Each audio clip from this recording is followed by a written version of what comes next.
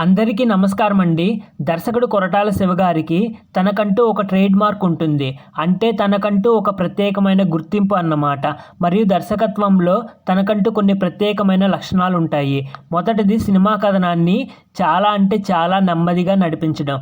ఇంకా చెప్పాలంటే కథనాన్ని నత్తనడక సాగేలా రాసుకోవడం.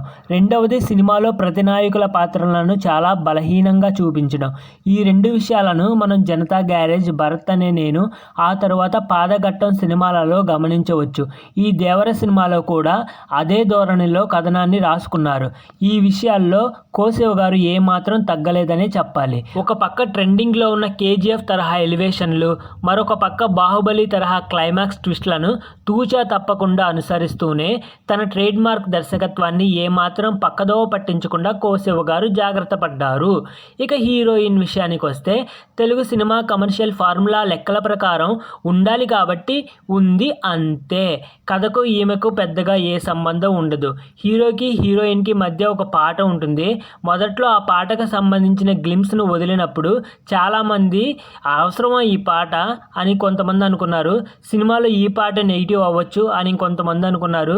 సినిమాకే ఈ పాట పెద్ద నెగిటివ్ అవ్వచ్చు అని ఇలా రకరకాలుగా అనుకున్నారు. కానీ సెకండ్ హాఫ్లో కోశివ గారు నెమ్మదిగా సాగే కథనాన్ని రాసుకోవడం వలన ప్రేక్షకులకు ఈ పాటే రిలీఫ్గా ఉంటుంది.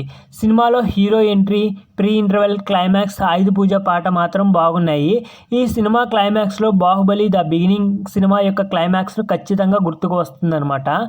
సెకండ్ పార్ట్లో ట్రెండ్ ఏమిటో, అసలు ఈ ట్రెండ్ ఎప్పుడు ముగుస్తుందో ఆ పెరుమాళ్ళకే ఎరుక.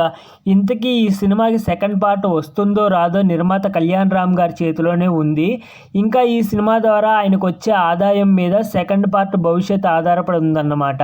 మీలో ఎవరైనా సినిమా చూసినా చూడకపోయినా ముందు చూడాలనుకున్నా, అసలు ఎప్పటికీ చూడకూడదని నిర్ణయించుకున్నా ఖచ్చితంగా కామెంట్ చేయండి. ధన్యవాదాలు.